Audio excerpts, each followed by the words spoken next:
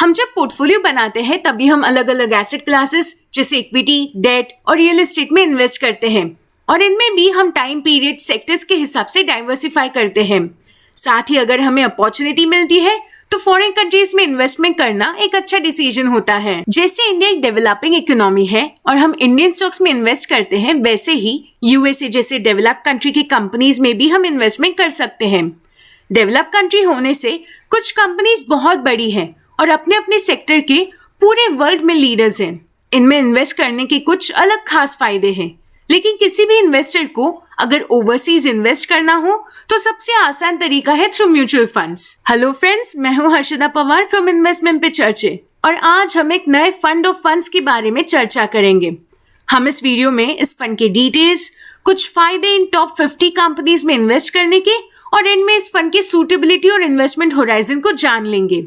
So keep watching till the end. दोस्तों, शुरू करने से पहले एक छोटी सी रिक्वेस्ट, अगर आपने हमारे चैनल को सब्सक्राइब नहीं किया हो तो कर ले और बेल नोटिफिकेशन ऑन करें ताकि आप लेटेस्ट वीडियोस के बारे में अपडेटेड रहें। Mirae asset S&P 500 top 50 ETF fund of fund ये एक open ended fund of fund scheme है जो S&P 500 इंडेक्स के टॉप 50 मेगा कैप कंपनीज में इन्वेस्ट करता है। इस फंड का NFO पीरियड सितंबर 1 से सितंबर 15 तक है और सितंबर 23 से ये फंड फिर से न्यू इन्वेस्टमेंट के लिए ओपन होगा। ये फंड टॉप 50 मेगा कंपनीज में इन्वेस्ट करता है। मेगा कंपनीज वो होते हैं जिनका मार्केट कैप $1 ट्रिलियन या उससे ज्यादा होता है। इनका बिजनेस स्टेबल होता है, इनमें इन्वेस्ट करना कम रिस्की होता है और लार्ज ऑपरेशंस का एडवांटेज मिलता है। इनका ब्रांड नेम रेपुटेशन भी स्ट्रॉन्ग होता है और ये एक सेफ्टी नेट होता है। बट यूएस मार्केट ही क्यों? इसकी वजह यह है कि सिर्फ यूएसए में वर्ल्ड के 50% से ज्यादा लार्जेस्ट मार्केट कैप के कंपनीज हैं और S&P 500 टॉप 50 इंडेक्स इन मेगा कैप कंपनीज के परफॉर्मेंस को ट्रैक करता है। इन टॉप 50 कंपनीज का मार्केट कैप यूएसए के जीडीपी से ज्यादा है और इंडिया के जीडीपी से 8 टाइम्स बड़ा है। इन कंपनीज का कैश रिजर्व भी आरबीआई के फॉरेक्स रिजर्व से बढ़कर है और इस वजह से इन्हें बाकी की कंपनी से एज मिलता है। इस फंड के थ्रू आपका exposure 50 bluest of the blue chip companies में होगा। अभी कुछ रीजंस डिस्कस करते हैं कि S&P टॉप 50 में इन्वेस्ट करने के क्या फायदे हैं। पहले और सबसे बड़ा रीजन है रूपी का वैल्यू कम होना। हर साल हम देख सकते हैं कि रूपी की वैल्यू अगेंस्ट डॉलर कम होती गई है। अगर हम डॉलर में इन्वेस्ट करते हैं तो स्टॉक्स के रिटर्न के साथ साथ डॉलर के बढ़ने का भी बेनिफिट पाते हैं और साथ ही इस इन्वेस्टमेंट की वैल्यू बढ़ जाती है। इन 50 कंपनीज में 20 कंपनीज दुनिया के टॉप 50 इनोवेटिव कंपनीज की लिस्ट में इंक्लूडेड हैं।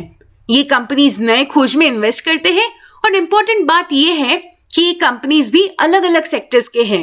इन 20 कंपनीज में से 13 कंपनीज नॉन टेक कंपनीज हैं। अभी हम इस फंड की डाइवर्सिफिकेशन को देख लेते हैं। टॉप 5 सेक्टर्स में information technology, communication services, consumer discretionary, health care and consumer staples ये सेक्टर्स शामिल हैं और टॉप 5 स्टॉक्स में Apple, Microsoft, Amazon.com, Facebook and Alphabet जैसे famous and strong companies included हैं। इस इंडेक्स का एम ही है ब्रॉड एक्सपोजर देना अलग अलग सेक्टर्स को। जैसे निफ्टी और सेंसेक्स है, वैसे ही ये फंड S&P टॉप 50 इंडेक्स में इन्वेस्ट करता है। हिस्टोरिकली इस इंडेक्स ने S&P 500 एंड निफ्टी टॉप 50 इन दोनों इंडेक्स से ज्यादा रिटर्न्स दिए हैं और इस इंडेक्स का पोर्टफोलियो मार्केट के साथ हर साल बदलता रहता है। नेक्स्ट बेनिफिट ये है कि इस इंडेक्स और निफ्टी टॉप 50 इंडेक्स की मूवमेंट एक जैसी नहीं होती, मतलब इन दोनों इंडेक्स में कोरिलेशन कम है। इस वजह से पोर्टफोलियो में उतार चढ़ाव के टाइम एक स्टेबिलिटी बने रहेगी। और एक बेनिफिट है कि बहुत लो कॉस्ट और कम अमाउंट से आप ये इन्वेस्टमेंट कर सकते हैं। फॉरेन मार्केट्स में डायरेक्ट इन्वेस्ट करने बहुत बड़ी अमाउंट लगती है, लेकिन इस फंड के थ्रू हम कम अमाउंट से भी शुरू कर सकते हैं। इस फंड के फंड मैनेजर है मिस एकता गाला, जिन्हें 3 इयर्स का एक्सपीरियंस है और साथ ही 6 फंड्स मैनेज करते हैं। Mirae asset mutual fund popular नाम है अमंग इन्वेस्टर्स।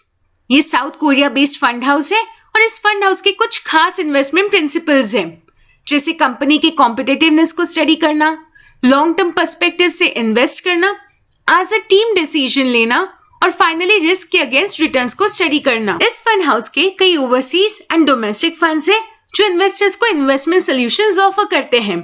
करंटली इस फंड हाउस का AUM 69,597 करोड़ रुपीस है। अगर हम इस फंड के सिमिलर फंड्स की परफॉर्मेंस को देखते हैं तो लास्ट 1 ईयर में 21.13% रिटर्न दिए हैं और कंसिस्टेंटली निफ्टी 50 से सुपीरियर रिटर्न्स दिए हैं। इस फंड का टैक्सेशन डेट फंड्स की तरह होगा, मतलब 3 साल के पहले रिडीम करने पर short term capital gain tax देना होगा जो इनकम स्लैब के हिसाब से होगा, और अगर आप 3 साल के बाद रिडीम करते हैं तो आपको long term capital gain tax देना होगा जो 20% होगा विद इंडेक्सेशन बेनिफिट। इस फंड में कोई एंट्री लोड नहीं है, लेकिन अगर आप इस फंड से 3 मंथ्स के पहले विड्रॉ करते हैं तो आपको 0.5% का एग्जिट लोड लगेगा। 3 मंथ्स के बाद विड्रॉ करने पर कोई एग्जिट लोड नहीं लगेगा। अगर आपको इस फंड में लमसम इन्वेस्टमेंट करनी हो तो 5,000 रुपीज से स्टार्ट कर सकते हैं और 1,000 रुपीज की एडिशनल इन्वेस्टमेंट कर सकते हैं। और अगर आपको SIP के थ्रू इन्वेस्ट करना हो तो आप 5,000 रुपीज की मंथली और क्वार्टरली SIP शुरू कर सकते हैं। सेबी के रिस्क कैटेगरी के हिसाब से ये fund very high risk category को बिलोंग करता है। फाइनली मेन सवाल कि ये फंड किन इन्वेस्टर्स के लिए सूटेबल है।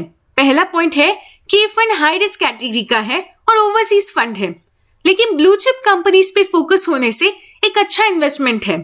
ब्लू चिप कंपनीज इंक्लूडेड होने से इसमें स्टेबिलिटी हमेशा बनी रहेगी। ये फंड अलग अलग सेक्टर्स में डाइवर्सिफाई करता है, इसलिए ये फंड सेक्टोरल ओवरसीज फंड से कम रिस्की है। इस फंड में इन्वेस्टमेंट करने आपका इन्वेस्टमेंट होराइजन 5 ईयर से ज्यादा होना चाहिए।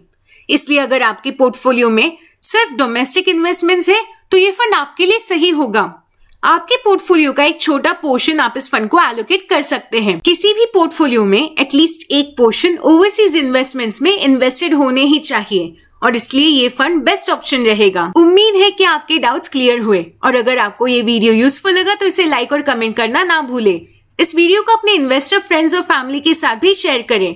अगर आपको कोई सवाल पूछना हो तो आप कमेंट्स के थ्रू हमें पूछ सकते हैं। जल्दी वापस आएंगे एक नए फंड के साथ आपके लिए। Thank you.